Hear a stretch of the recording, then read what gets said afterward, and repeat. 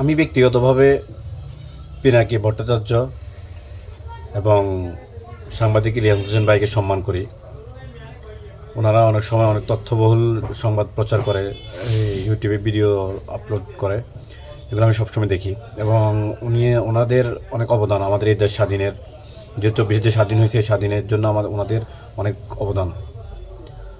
তো ওনারা আসিফ নজরুল স্যারকেও আমি অনেক পছন্দ করি এবং ব্যক্তিগতভাবে ওনাকে আমার খুব ভালো লাগে। বাট গত 2 দিন আগে ইলিয়াস ভাইয়ে ওনার এই একটা প্রতিবেদন মধ্যে আসিফ নজরুল স্যারকে নিয়ে কিছু কথা বলছে। তো আসলে এই বিষয়গুলো কতটুকু সত্য কতটুকু মিথ্যা জানি না, তবে আশা রাখি এগুলা যাতে মিথ্যা হয়, কারণ আমি আসিফ নজরুল ভাইকে খুব পছন্দ করি।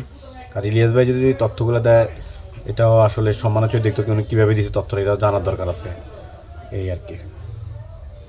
আসসালামু আলাইকুম।